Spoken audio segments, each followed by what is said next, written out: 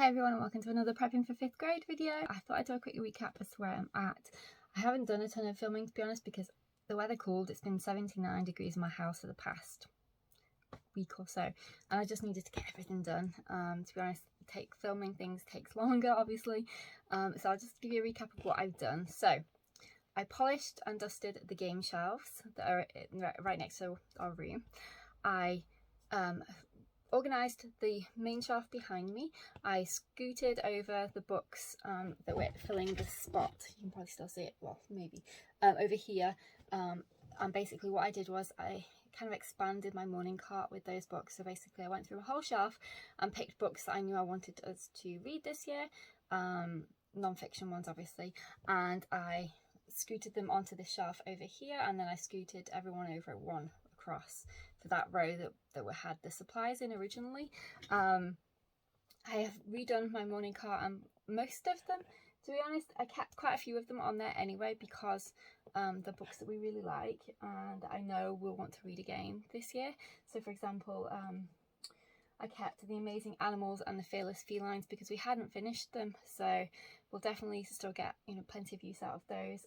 I've still got Tiger Burning Bright there because obviously we started in September, but I don't think I actually got this book until I think it was October when it arrived because it was on like a pre-order thing, so we still have a few pages in there that we can still read.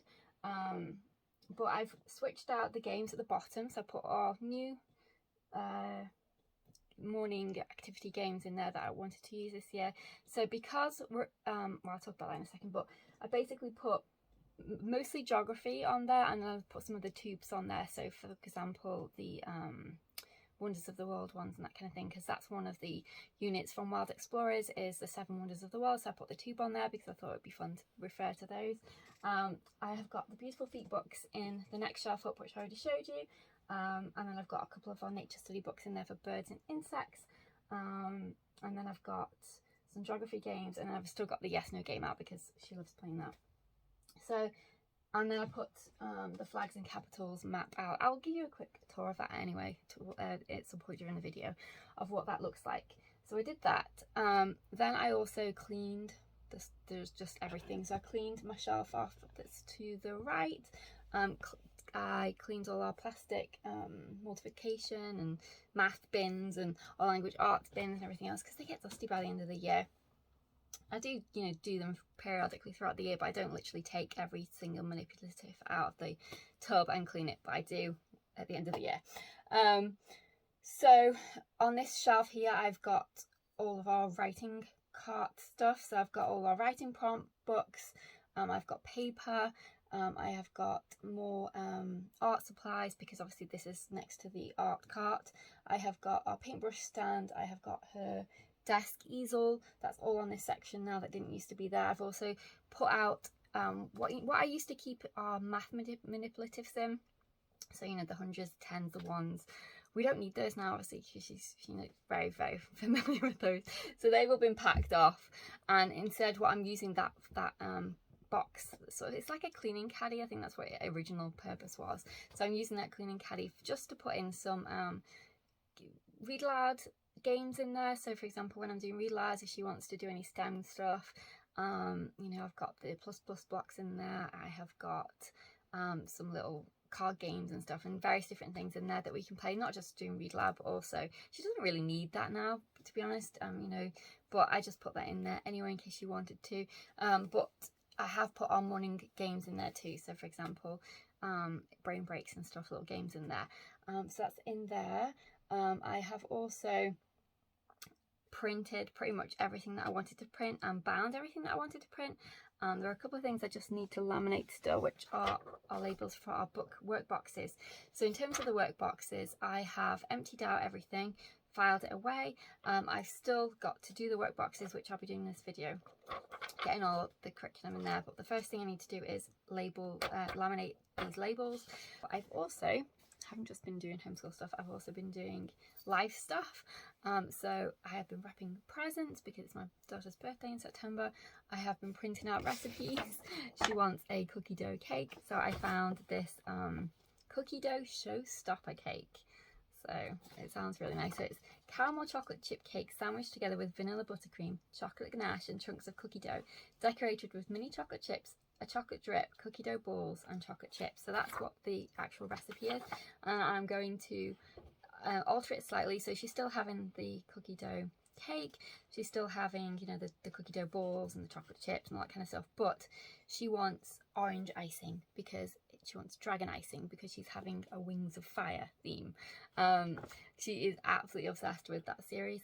I love it too. It's such a good book series. I'm so grateful to Holly from HMR Reads for mentioning it on her channel. Oh, it's not HMR Reads anymore, it's the Air House now. Don't forget to subscribe to Holly because she's amazing. She had some issues with YouTube and she had to restart her whole new channel again after she'd reached the 1,000 subscribers.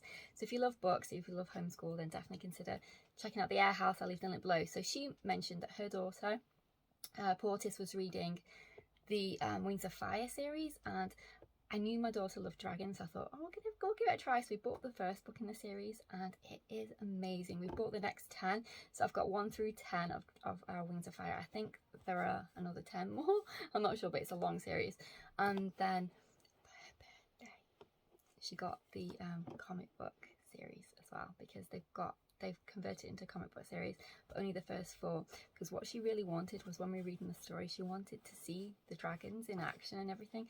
So I said, oh, they do have a comic book series too, and she's like, oh, we have to get that, we have to get that. I've been continually saying, we can't get it in there right now, we don't have enough pennies, you have to wait, because she's got it for her birthday. So I can't wait to see her face for that. So she's having a Wings of Fire themed birthday, so I got a Wings of Fire decorating pack off Amazon. It came with a banner, balloons, like a little cake decoration that you can put on your cake. It's just cardboard, but she's gonna love it. Little cupcake dragons with the actual characters on. So there's Tsunami, there's Clay, I saw a Sunny, I saw a Glory, so she's gonna love that.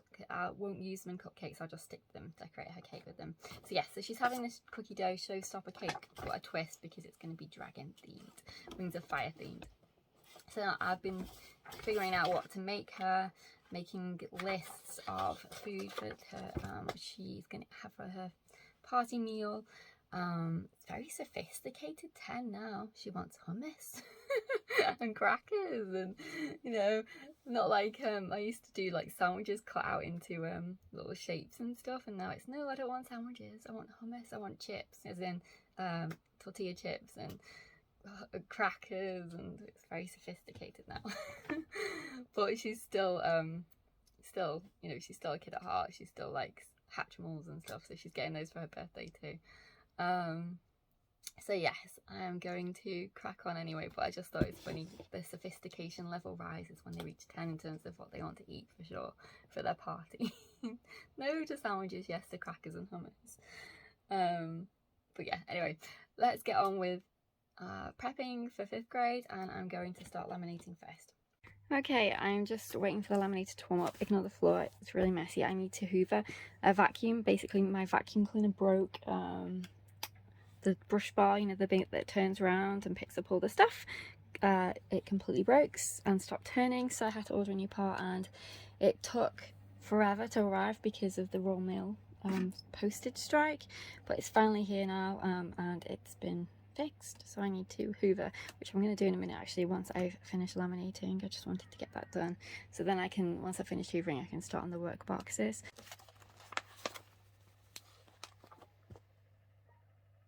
Something very satisfying about laminating. I don't laminate half as much as I used to now that I don't have preschoolers, because I used to use this a ton in preschool and kindergarten. I don't laminate as much now because obviously, you know, she's not rough on things anymore. She can be gentle with stuff, but when they're in the sort of the preschool age, you want things to last a bit longer, and they're a bit hard wearing on things. So I do miss using it, but I'd still get to use it for front covers and stuff, so I'm happy about that, and labels obviously. Okay, so I'm just making my own Saxon worksheet. So last year we used these, so this is what comes in the book. You get 2, but they never photocopy very well. As you can see, there's lots of missing lines because they just don't photocopy very well. So I'm going to make my own this year. So I'm going to replicate, you know, pretty much what they have. I'm just doing the mixed practice one now, but then I can just print them off and laminate them. Not laminate them, what am I talking about? bind them, and then I'll use my own rather than keep trying to photocopy ones that don't photocopy very well. Okay, that's done. So that's the first page, the second, and the third.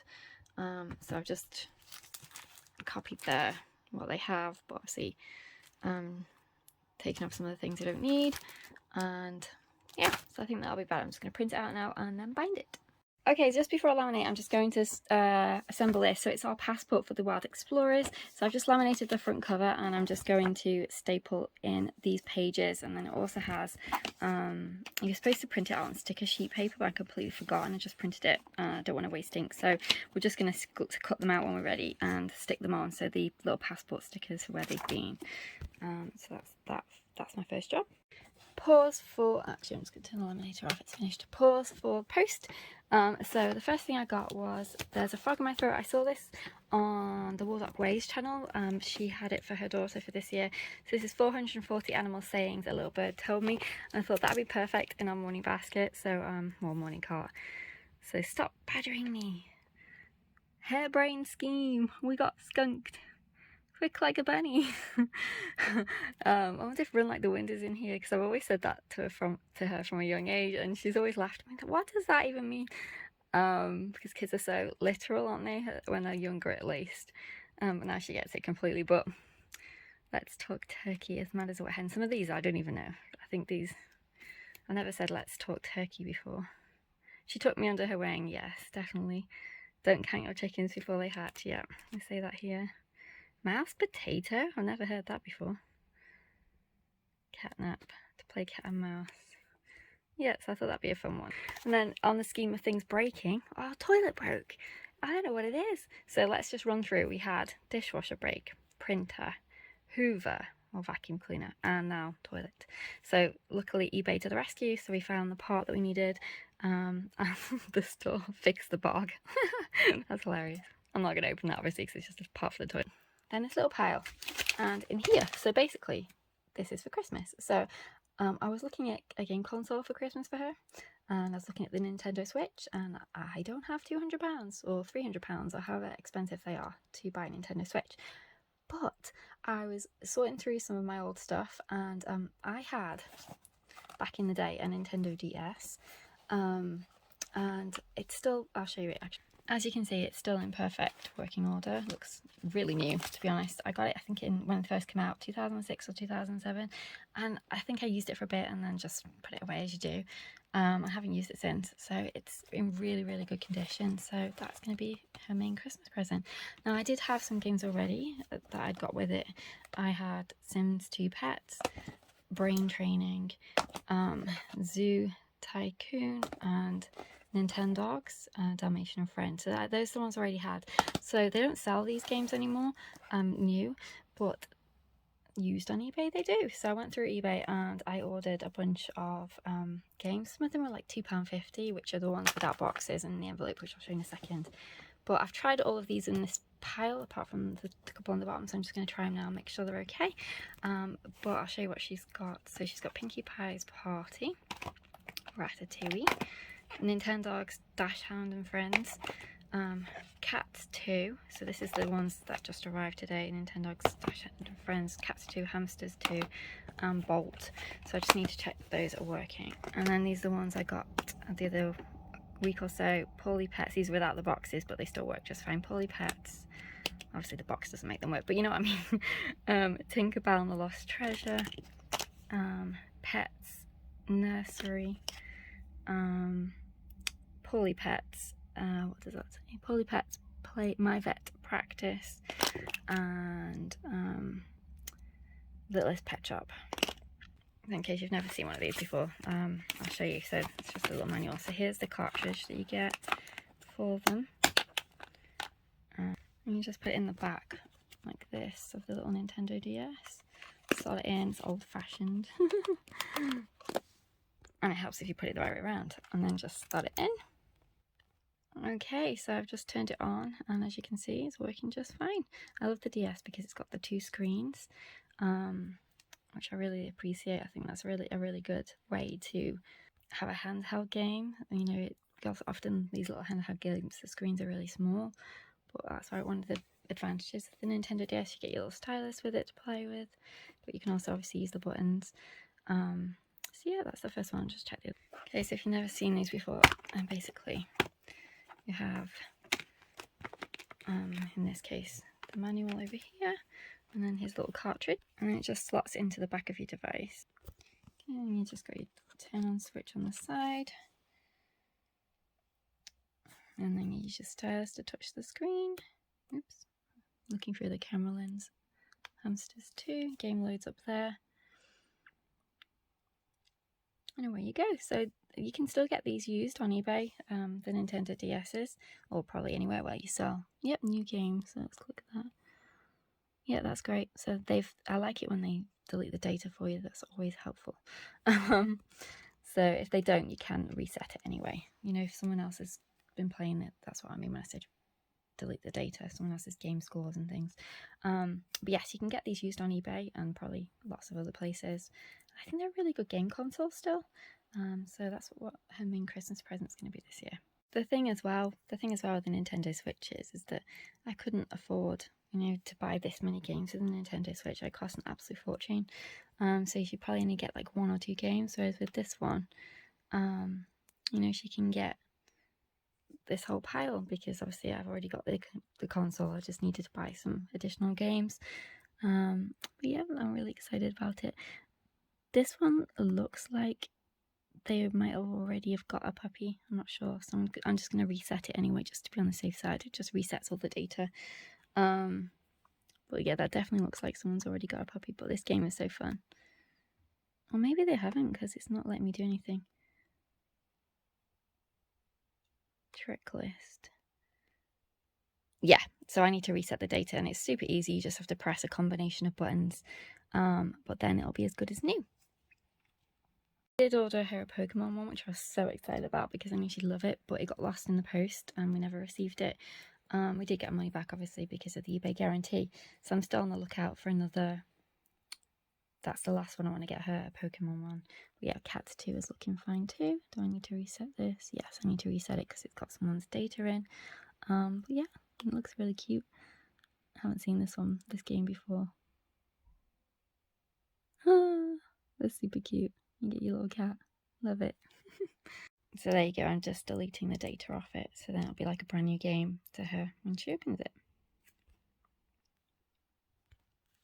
And that's what it looks like on your first open it up when it's been reset. So like a brand new game.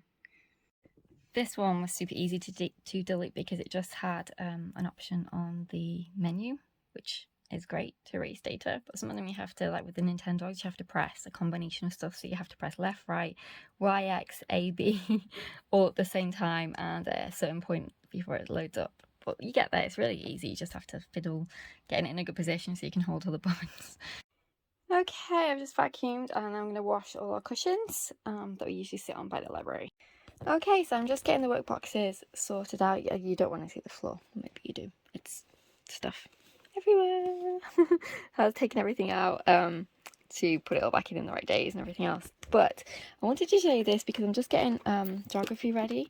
And I picked from Wild Explorers, the first one we're going to do is the Loch Ness Monster, because we are doing in geography a focus on the United Kingdom. So I thought that this would go really well with it.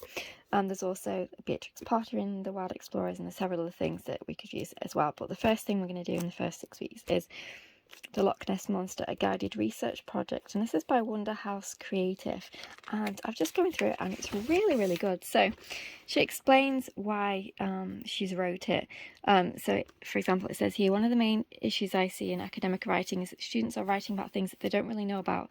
Often research looks like skimming Google headlines and copying and pasting information. This research project aims to help students immerse themselves in the mystery of the Loch Ness Monster. With an immersive approach, I find it very helpful to use both text and video so you'll see students working with both. And I really like how she's laid it out. So basically so she's giving you a breakdown of everything that they're going to be doing. So initially it gives them a bit of information about the Loch Ness Monster. Who is it? Who do they think it is? What do you know about it?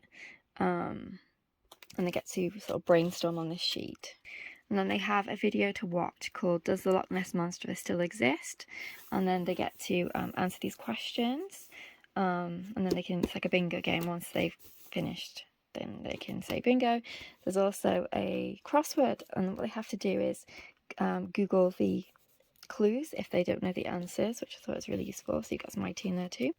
And then they have to go on to the digitalscotland.com and print this article. And then what they're going to do is read it and then answer the question. So summarise the key points in it and then sketch a picture.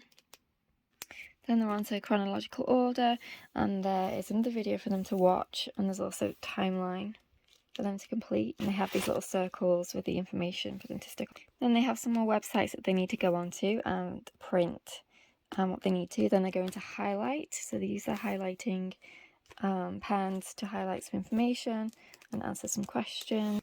And then they're going to start writing their informational report based on the research that they've done, and it explains to them, breaks it down, so the intro, what they're going to put in each paragraph, the conclusion.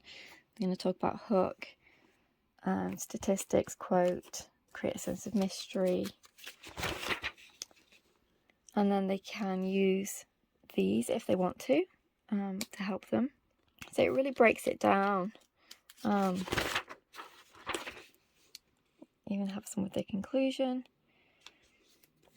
And then put it all together. Do their bibliography. And then they can deliver their report to an audience. I really like it. It sounds really good. And then there's a little table display that they can use too. So I'm really excited about that. Okay, so I'm just binding a maths book. I wanted to bind it on the short side, and I don't have coils that are the right size. So what I'm just going to do is just cut it, and I've done this before and it works just fine. And then that will be all her maths worksheets, or part one at least. So I was just about to put a passport together, and then I noticed for World Explorers, and noticed they had another cover option, and I really like that much better, so I had to get the laminator out anyway, so I'm just going to staple it all together now. Okay, so I've got all the shelves labelled on this side. I still haven't completely finished sorting them out, but they're all labelled, which is great. And now I'm working on the labels for the little writing card. This one. I'm just peeling off the little Velcro on the ones I took off to put on the new ones, so I can relabel them. And I have this other whole shelf to work on. This is my one, so it's all my teacher stuff in here. It does have other resources and books and things for school too, so I need to sort that out next. That's on my to-do list. Okay, so they're all labelled now. So we've got art notebooks, art paper, watercolours, pastels and chalk, pens and markers, decorations, tape and glue, stampers, and stampers. Okay, and I have just labelled these as well. I'm just getting my autumn pegs out. I use these for hanging art on the line, and also, you know, exceptional work and things like that. So I'm just going to get those out now. They're really autumnal. I just wish the weather would be cooler. They look super cute. Okay, so another thing I did was reorganise her desk and get everything out ready. I just need to wipe it. It's just got glitter on it. So I got all the stationery out, new markers, a little pencil case. Our pencil sharpener actually broke. Our pencil sharpener, not through anyone's fault, but through ours. The pin off the plug when we're plugging it in broke. But luckily, it's battery operated, so we can still use it. So it's got batteries in it. And I was worried, thinking that the battery wouldn't be as strong as the plug was, but it actually is, so that's good. So we got that. Then I got her this little cleaning caddy, and that's just got all her stuff in. So she's got pens in here, markers in here, pencils, mechanical pencils, those castable things, all her magnetic dry erase markers, which I absolutely love, and the magnet on them is really strong. Some stampers down there, her post-it, and then in here on her little desk I have got her thesaurus dictionary. She has got this blank folder for her writing, so she can do one side work in progress, the other side when she's editing. Then she has got my story collection, which is my non-fiction and fiction template for story writing. So they're all in here, so she can make up her own stories, illustrate the front and back cover, that's what those blank spaces are, and then if it's a non-fiction one, she can do a table of contents and a glossary as well. Then she has got her comic book in here, and then we have got the Reading Detective, which is my reading notebook that's available on Amazon. Well, all of these are available on Amazon, but this one I'm really looking forward to using this year. This is new to us this year. And basically it got a reading log, so you can put your book title, author, how many pages it's got, and then rate the book. And then there are different activities for the book that you've read, and obviously you can choose. In this one it's draw the book cover, and you can make some notes about the books you're reading, what happened in this chapter. You could do a little comic strip for it, and what have you learnt. You can do another little notebooking page, another what happened in this chapter, writing about an event that happened, design a product to use in the story. So sort of a STEM activity. You can do research either on the character in the story, the author, whatever you'd like, and then you get to review the book. So I liked it, I loved it, I didn't like it. Draw the ending, draw a character or location, a little newspaper article about the story, and then a vocabulary page. And it is different. There's also a glossary, and then you start again. It is different depending on different activities throughout. It's not the same, but some of the pages obviously repeat, but then there are some different ones as well. Map the plot. So yes, I'm really excited for her to use this one this year. Write a letter to the author or character. That was the one I just showed you. Okay, I finished my drawers. These are what my teacher drawers. So for example, I have a planning drawer where I have got my planner in there, and my pens and other books and things. Then it's basically teacher guides. So in here we've got spelling C, IEW, etc. History teacher guide. I've got her next science notebooks for the next part of the book. Math, art resources, and so on and so on and so on. So that's all sorted out, which I'm really happy about. Finding Mysteries and Time Map. The other one ripped, sadly, so this is the new one though, so that's good for the rest of our history units. I also moved our Idiom of the Week poster board over here so we can see it better, and also so she can reach to swap it out a lot easier. Her work boxes are done. I'm happy with the reading cart, so here's a quick look. If you want me to, I'll probably end up doing a video of what's in our reading cart this year, so that'll be a separate one, so I'm not going to go into depth. Basically that's all done too. I relabeled our shelves, so as you can see this says morning cart and morning cart, so basically these two shelves are things that I want to rotate into our morning cart, and then I have some other resources here as well that I'll rotate into our morning cart too. So it's our last week off. Well, technically we're starting on Friday, so that's not technically a whole week before we start school. So we're going to start on Friday, just do a few things, some fun stuff. So, decorate our books. We have a fun treat to eat that day. I've got some new picture books for us to read that day that I know she'll really like. And we're also going to dabble this year into exploring nature with children. Certain topics, not every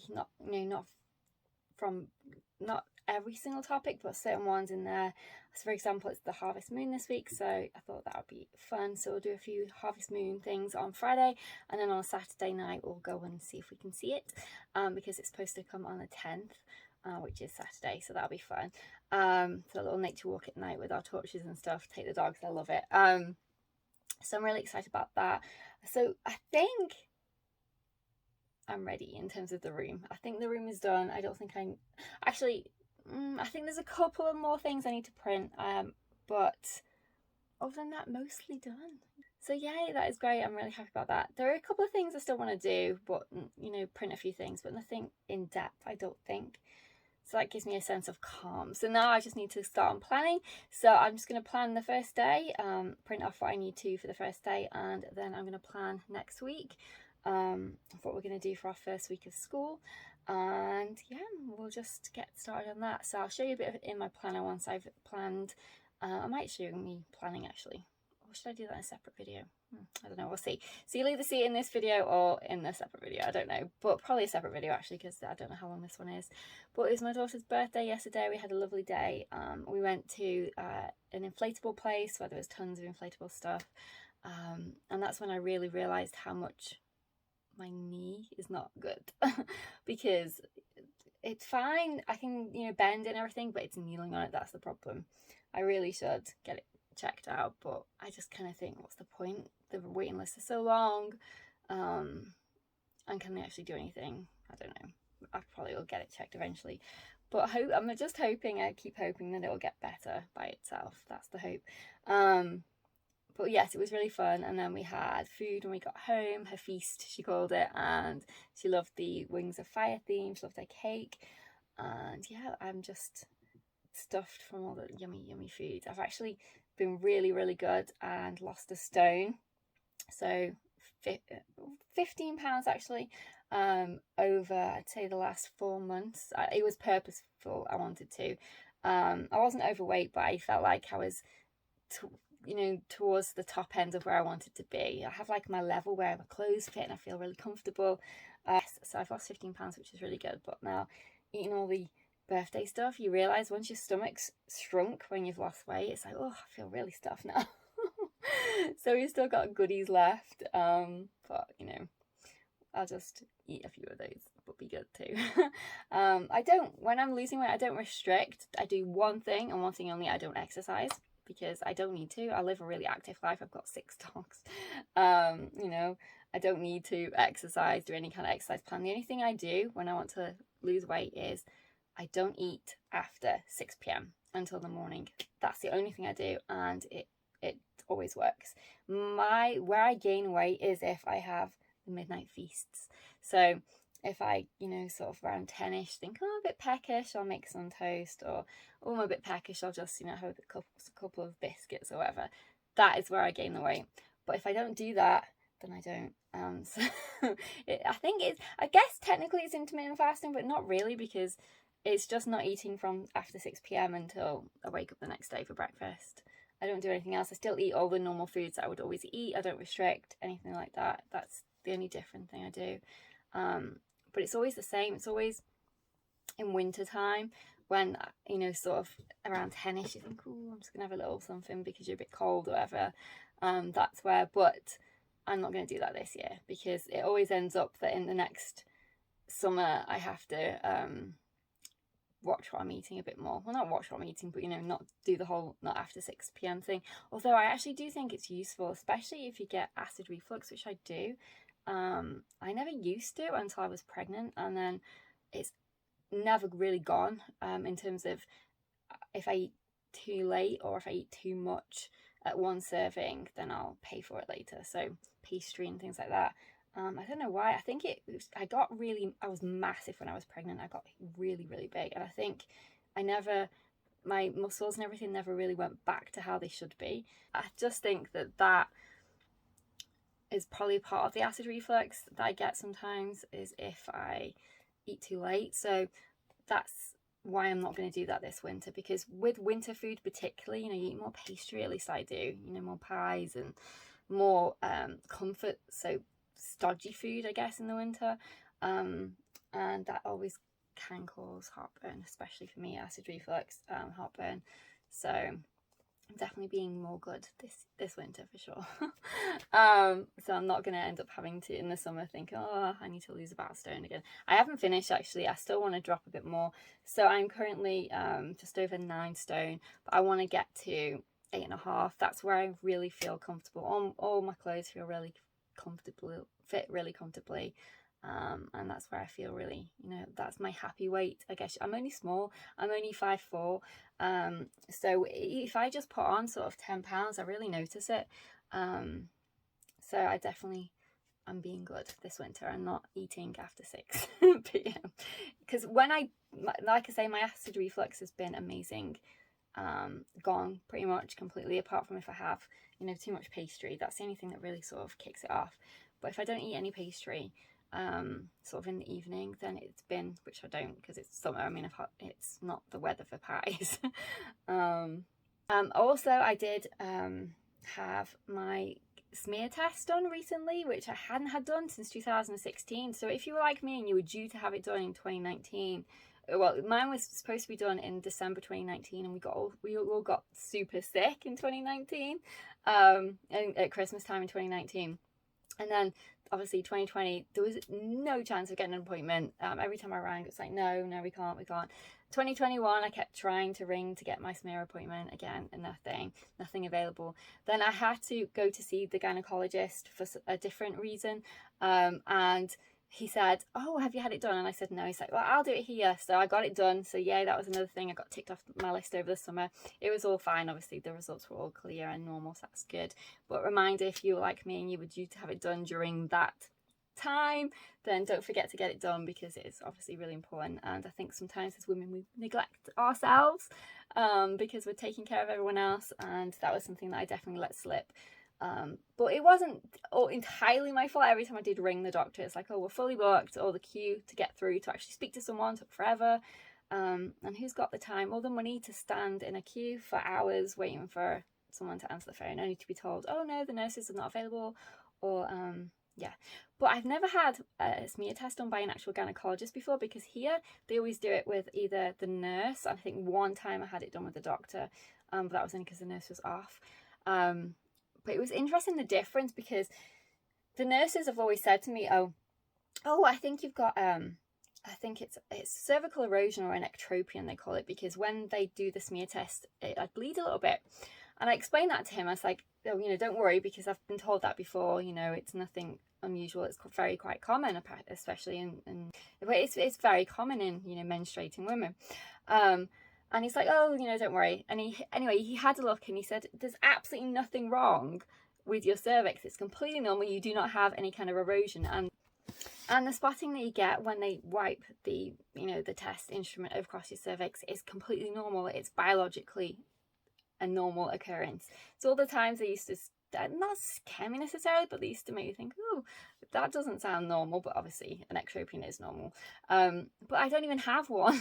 The spotting is just a biological thing that happens because the cervix is so sensitive. When they wipe the test instrument along them, then that generally happens. So yes, he's like, your cervix is, he said, it was funny, he said, your cervix is absolutely perfect. And I was like, oh right, okay, thanks. It was just funny to hear someone say that your cervix was perfect. Anyway, so my tests, I got my results back and everything was fine, so that's good. That's one thing ticked off my list. I just really should probably go and see about my knee, but I just really don't want to. Just keep my knee in your thoughts and hope that it gets better by itself. I think it has to be ligament based, or some kind of, I don't know, something to do with a kneecap. I don't know, but I'm just hoping it gets better. Like I say, I can do everything I always do. The only problem I have is if I want to try and kneel on it. So I always just scoop myself in a different position and just kneel on my other knee. But that's the only thing that really is the pain, because you don't realise how much you actually kneel until your knee prevents you from doing so. Anyway, let's get back to prepping, and I think, no, actually I'm going to let in this video here, I think, and I'll catch you in the next one where I'll show you my planner, because I think this is already too long. But just in case you're wondering about the cookie dough cake, it was really, really good. So I did adjust the recipe slightly. Let me know if you want the recipe. I'll just put it in the I'll put a link below. But the only thing I did differently was I made cookie dough truffles to go on top of the cake, because they're one of our favourite treats, and I only ever really make them at Christmas time. I've never made them before, but now my daughter's like, every birthday you have to make them now. So I put cookie dough truffles on the top, and it's such an easy recipe and it tastes so good. But I did learn something different about them. They taste so much better the day after, because I made them the day before her birthday, and normally when I make them at Christmas time we usually eat them that day because they're so good. But just leaving them that extra day in the fridge overnight, just it went from a 10 to a 20 in terms of taste. So definitely leave them overnight before you eat them if you make them.